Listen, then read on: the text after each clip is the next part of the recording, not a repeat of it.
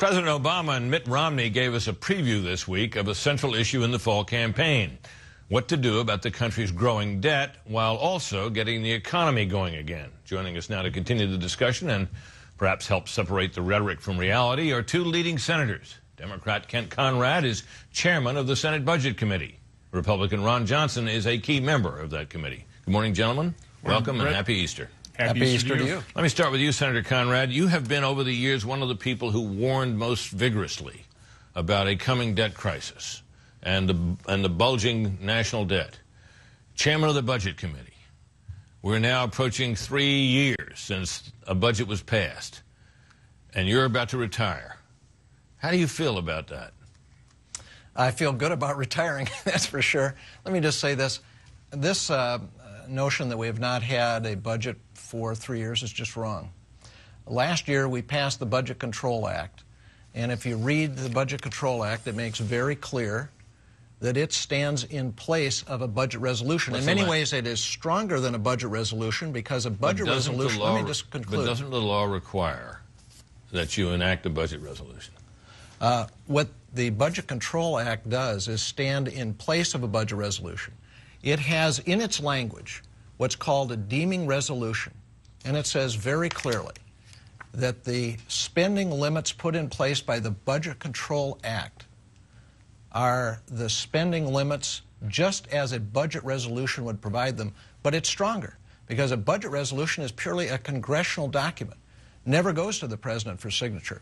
The Budget Control Act is law, and it not only sets a limit for this year and next, it sets spending limits for 10 years. You satisfied with that, Senator Johnson? No, I mean, the Budget Control Act is maybe a couple dozen numbers. I mean, the president's budget, which, by the way, lost, his budget last year lost 0 to 97 in the Senate. And 2 weeks ago, his current budget lost 0 to 414 in the House. The president's budget is about 2,500 pages long. It has all kinds of numbers. I mean, that's actually a real budget. It's not a serious budget, but that's really what a budget is. The Budget Control Act is just, like I say, just about 24 numbers. It's simply not adequate at all. So, Senator Conrad, you nonetheless are preparing now to try to bring a budget to the floor, right? Yeah, look, it's very clear. The Budget Control Act does provide the spending limits for this year and next. Now, but I want to rivet the point, because I hear over and over, there's been no budget for 3 years. The fact is there is. And the fact is what we don't have is a longer-term plan. What we need, I believe, is at least a 10-year plan. That's why I'm going to mark up the first week that we're back in session.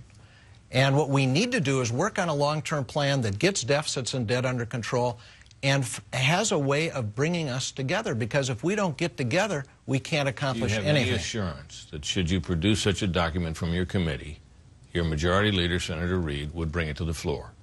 That becomes a matter of timing. I think Senator Reid has made the judgment, probably quite correctly, that there is very little chance that we're going to get the two sides together before the election. When you say the two sides, you mean House and Senate? No, I mean Republicans and Democrats. What about it, Senator? It's not a matter of timing, it's a matter of will. And the fact of the matter is, there are no plans. I mean, the president has put forward 4 budgets now.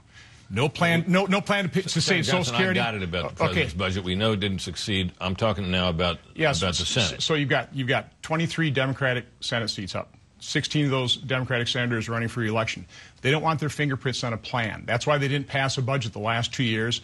They don't want to pass a budget and actually commit to a plan that can be attacked. Look at what they do to the Ryan's budget. Well, if he brings forth, if he offers a budget in committee, and you're sitting there, and you're a member of the committee, and you have other Republicans on the committee, are you prepared to vote to bring such a plan out to the floor? Absolutely, we're willing to. We voted on budgets last year, but we had to force those votes. I mean, I guess I'm wondering, will any Democratic senator actually bring President Obama's budget to the floor? Well, it only takes 51 votes. You got plenty of Democrats, presumably. You got more than 51.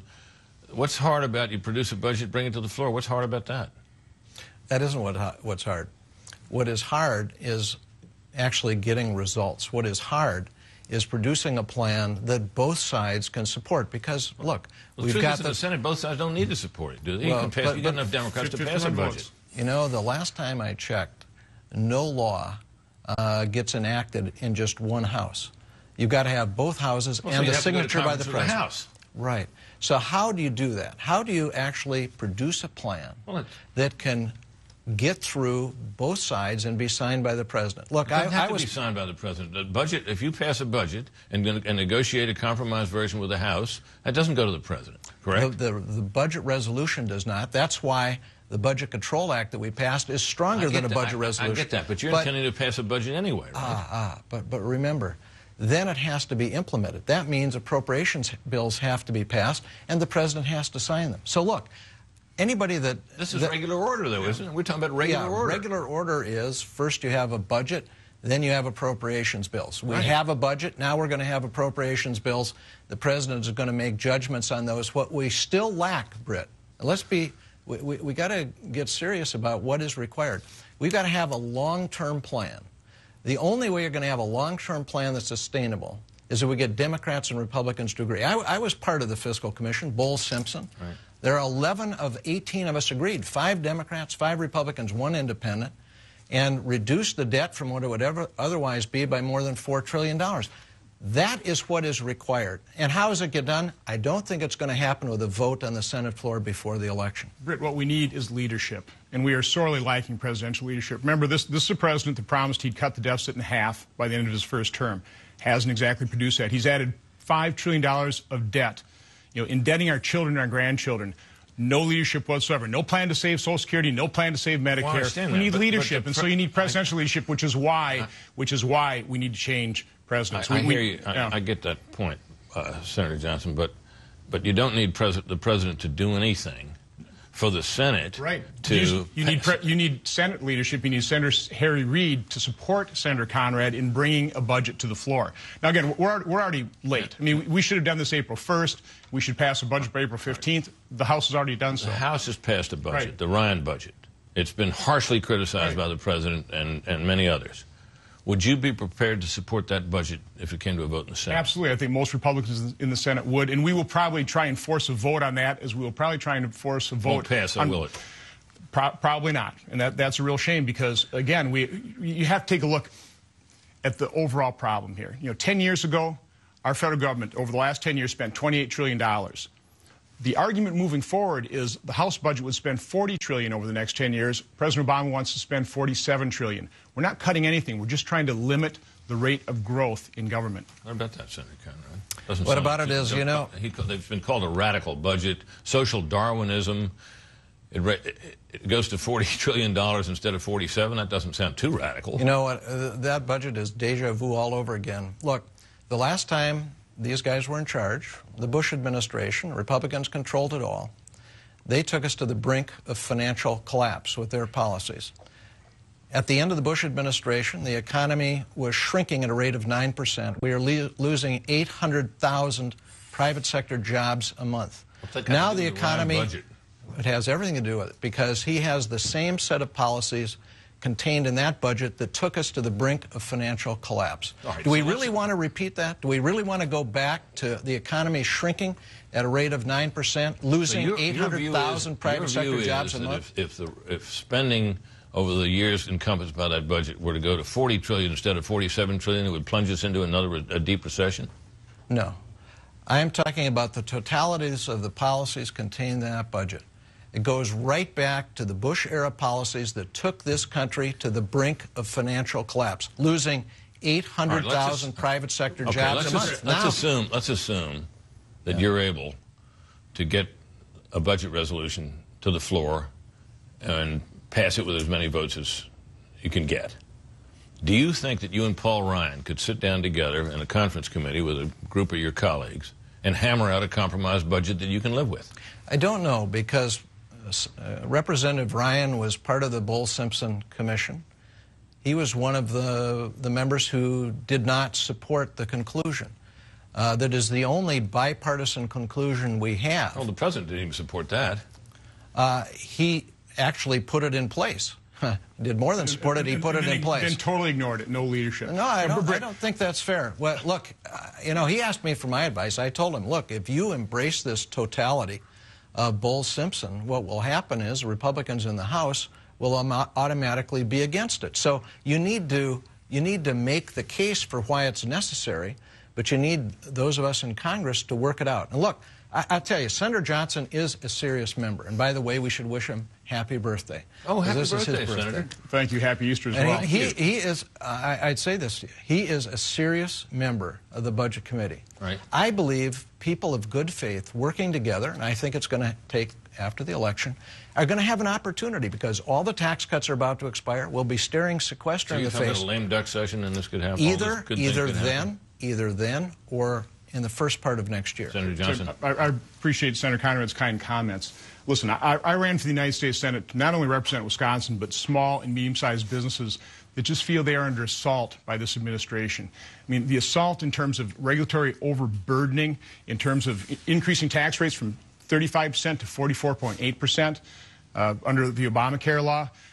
It is so dispiriting, so disheartening, which is why this upcoming election is so incredibly important to put ourselves on a path not of a government-centered society, but one of an opportunity society led by free people and free enterprise. I mean, it is an extremely stark choice in the November election, and that's really, I think, what's so important. I think it's the only way this is going to get done is with real leadership, and President Obama has shown himself not to provide any leadership whatsoever. Whatever failings you may believe the Ryan budget has, it does address the burgeoning growth of spending on health care, particularly, especially on Medicare. It also stabilizes the long-term debt-to-GDP ratio and starts bringing it down, which is the most dangerous metric. I understand. Senator Conrad, that issue is going to have to be addressed. I suspect you would like in some way to address it. How? You know, again, I was part of Bowles Simpson. I was part of Group of Six. In both those venues, we had serious reforms to health care. For example, would the document you hope to produce in the Senate encompass that? Part of it. Look, again, what's needed is a bipartisan agreement, and you'd have to have a bipartisan agreement to get it passed through both houses, right? Exactly. That's really and my point. You say you don't know if it's possible, but I don't know if it's possible before the election. I think you just had a vote on Bowles Simpson in the House, only got 38 votes because I think that demonstrates both sides are unwilling to come together before the election. But after the election, when we're faced with all of the tax cuts expiring and we're faced with a sequester, and that will be the time when people have more open minds. It's the waning hours of your careers in the Senate anyway. You have a lame duck session, you get this done, and you ride out in a blaze of glory, right? I'll tell you, nothing would please me more than to be part of the solution. Now, this is something I've devoted 26 years to. I believe deeply in the need to get our fiscal house in order, to get us back on track. I've spent 5 years, hundreds and hundreds of hours in these bipartisan efforts, and I believe we could be close. We could be close to getting a resolution. Last word quickly, Listen, Republicans are willing to work with people like Senator Conrad, but we need presidential leadership, and we have none. All right, gentlemen. Thank you for coming in and sharing part of your Easter with us. Glad to have you here. Thanks for having us in.